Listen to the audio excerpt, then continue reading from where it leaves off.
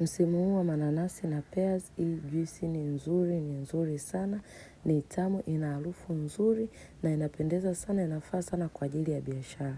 Hello my people, ni siku nyingine tena, tunakutana, tutengeneze juisi ya nanasi na pears. Nimeanza kwa kukatakata nanasi, nimechagua nanasi langu lililoiva, ni tamu sana, lilikuwa ni tamu, nilibahatisha.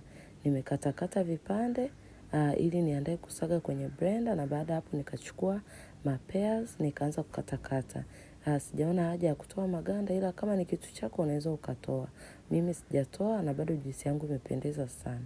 Nimechukua nanasi, nikaweka kwenye blender, na baada ya kuweka, nikachukua na pears, nikaweka hapo.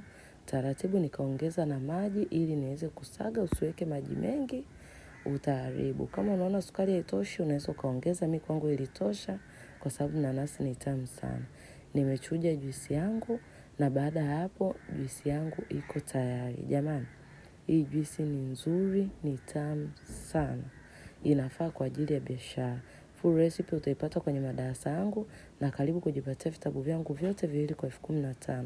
Cha juisi na fursa, mwongozo wa biashara ya juisi, na kile chenye recipe zaidi ya 200 za biashara.